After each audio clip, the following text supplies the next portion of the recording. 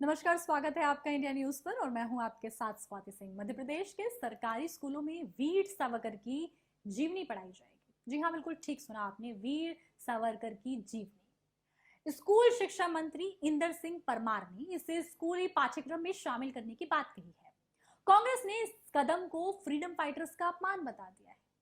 मंत्री इंदर सिंह परमार ने कहा, वीर सावरकर हमारे उन महान क्रांतिकारियों में से एक हैं जिनको एक जन्म में दो दो आजीवन कारावास की सजा हुई। 1857 के स्वतंत्रता संग्राम में वे पहले लेखक हुए जिन्होंने 1857 के आंदोलन को स्वतंत्रता संग्राम कहा, नहीं तो लोग गदम ही कहते थे। मंत्री ने कहा कि भारत की आजादी में उनका अभूतपूर्व योगदान है, इसलिए उनको हर जगह सम्मान मिलना चाहिए। दुर्भाग्य से इस देश में कांग्रेस की सरकारों ने भारत के महान क्रांतिकारियों को इतिहास के पन्नों में जगह ही नहीं दी। विदेशी आक्रांतिकारों को महान लिखा और देशभक्तों को महान नहीं बताया गया। राष्ट्रीय शिक्षा नीति 2020 भारत केंद्रीय शिक्षा पर काम कर रही है। देश के लिए काम करने वाले देश के हीरो बनेंगे। हम बच्चों को उनके बारे में पढ़ाने का काम करेंगे। इंदर सिंह परमार ने कहा कि हम सही महापुरुषों की जीवनी को सिलेबस में जोड़ेंगे। इसलिए मुख्यमंत्री ने गीता के संदेश, परशुराम, भगवत सिंह, सुखदेव, राजगुरु जैसे तमाम क्रांतिकारियों को पाठ्यक्रम में शामिल करने की बात कही है। 2018 में जब कुछ समय के लिए कांग्रेस की सरकार बनी थी, तब वीर सावरकर की किताब एक स्कूल में बांट दी गई थी। कमलनाथ ने उस स्कूल के साफ तौर पर प्राचार्य को निलंबित कर दिया गया था।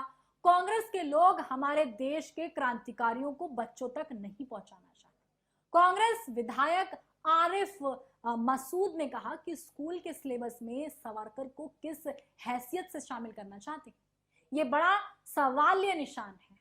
ये बहुत अफसोसजनक है। हमने जो पढ़ा है उसमें सावरकर की कहीं कोई पृष्ठभूमि स्वतंत्रता संग्राम में नजर नहीं आती।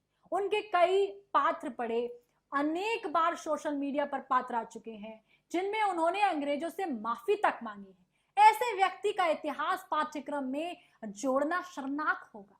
ये फ्रीडम फाइटर्स तो थे ही नहीं। वे जिस पृष्ठभूमि से आते हैं उनके यानी कि बीजेपी और आरएसएस मार्गदर्शक हैं, संस्थापक हैं, इसलिए उनकी मजबूरी है। हम देश के चाहने वाले लोग हैं, हम ऐसे गलत कामों को प्राथमिकता नहीं देंगे। ये मजाक है। स्वतंत्रता संग्राम सेनानियों का मजाक उड़ाना हुआ जिन्होंने देश के लिए अपनी जान की बाजी लगा दी। उनका इतिहास पढ़ना चाहिए, ना कि माफी मांगने वालों के इतिहास पढ़ने चाहिए। इसको लेकर एक बड़ी बहस छिड़ चुकी है।